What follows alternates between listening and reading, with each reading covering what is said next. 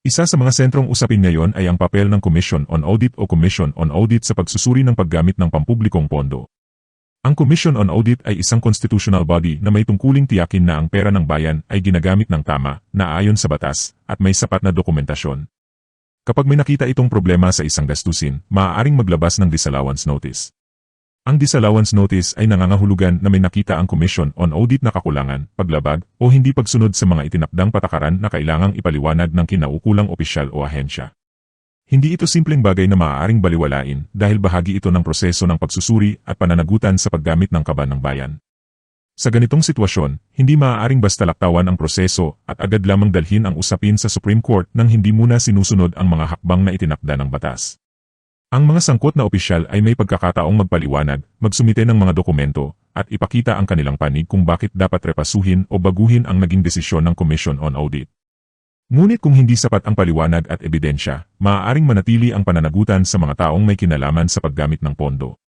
Dito pumapasok ang kahalagahan ng mga dokumentong inihaharap sa impeachment trial. Kabilang dito ang acknowledgement receipts, disbursement vouchers, liquidation reports, at iba pang papeles na ginagamit upang patunayan kung saan napunta ang pera ng bayan. Hindi sapat ang simpleng paliwanag lamang. Kapag ang pinag-uusapan ay pera ng mamamayan, kinakailangan ng malinaw na ebidensya. Kailangang makita kung sino ang tumanggap ng pondo, saan ito ginamit, at kung ang paggamit nito ay pasok sa layunin na pinapayagan ng batas. Sa usapin ng confidential funds, mas mataas ang pamantayan dahil hindi ito ordinaryong gastusin ng isang ahensya. Ang pagiging confidential ng isang pondo ay hindi nangangahulugan na wala ng pananagutan. Hindi ibig sabihin nito na maaaring mawala ang mga dokumento o hindi na kailangang magpakita ng patunay. Ang ibig sabihin lamang nito ay may limitasyon sa pagbubunyag sa publiko, ngunit nananatili ang obligasyon na maipakita sa mga otorisadong institusyon na tama ang paggamit ng pondo. Kasama rito ang pagsusuri kung ang ginastos ay tunay na may kaugnayan sa layunin ng confidential funds.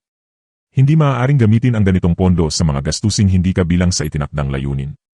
Kung ang pera ay ginamit sa mga karaniwang gastusin na hindi kasama sa pinapayagang paggamit, maaaring magkaroon ng problema sa ilalim ng mga patakaran. Isa rin sa naging mahalagang bahagi ng usapin ang stipulation ng mga dokumento. Ang stipulation ay isang proseso kung saan maaaring magkasundo ang magkabilang panig tungkol sa ilang dokumento o katotohanan upang mapabilis ang paglilitis.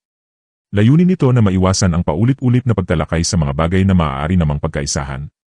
Sa isang impeachment trial na may napakaraming dokumentong sinusuri, mahalaga ang oras at pagiging episyente.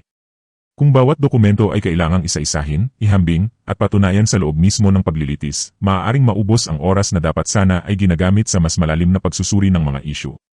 Ngunit kung may pagtutol ang isang panig, mayroon pa rin silang karapatan na suriin ang mga dokumento upang matiyak na tunay, kumpleto, at tama ang mga ebidensyang ginagamit. Ang authentication ng mga dokumento ay mahalaga upang matiyak na walang pagkakamali, pagbabago, o hindi pagkakatugma sa mga papeles na inihaharap.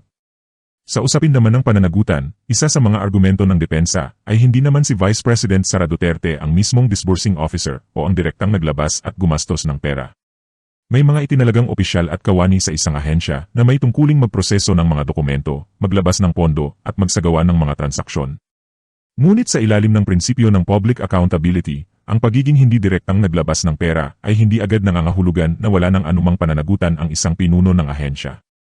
Maaaring suriin ang pananagutan batay sa kanyang posisyon, kapangyarihan, naging papel sa pag-apruba, pagbibigay ng otoridad, at tungkuling tiyakin na ang paggamit ng pondo ay sumusunod sa batas.